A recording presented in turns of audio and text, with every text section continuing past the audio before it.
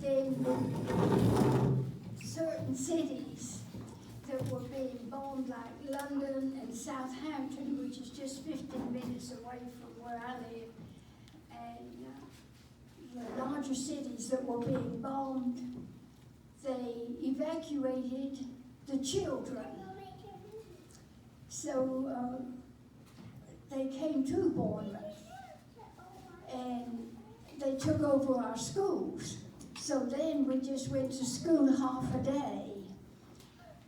1 week we'd go in the mornings, the evacuees would go in the afternoons, and then the next week it would change over. And that's how we managed all the evacuee children that came. I was 14, and in England, you start school at 3. Now this is not kindergarten, this is school. And you went from 9 till 4. And there's no football and band and all that. It's all study, study, study, study. At 14, they asked me to go and take care of bombed out babies. That was my first job. Some of the hotels were taken over for babies. Their fathers were overseas. Mothers had been killed by bombs or were in the hospital. And we took babies from 2 years right up to newborn babies. And that was my first job, to take care of the babies. Then the next job they put me in was to ration out food. And it was half a pint of milk a day for 5 days, and then 2 days without. We had 2 ounces of butter a week,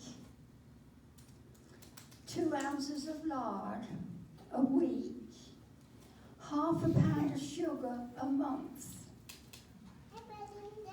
and all of the canned foods, everything was rationed. We couldn't go buy anything. It was all rationed. Then America sent bundles to Britain. Now, maybe you've heard of that, Bundles for Britain, and it had dried eggs and Spam. We'd never heard of either. And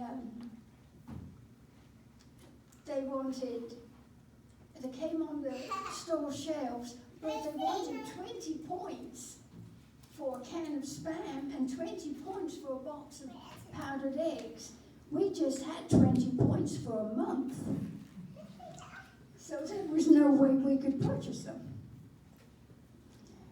And then they sent peanut butter. We'd never heard of it, never seen it. Nobody wanted it. They'd never heard of it. And it came in a big slab. And so I was at, they called it the dairy, where I rationed out the butter and the milk.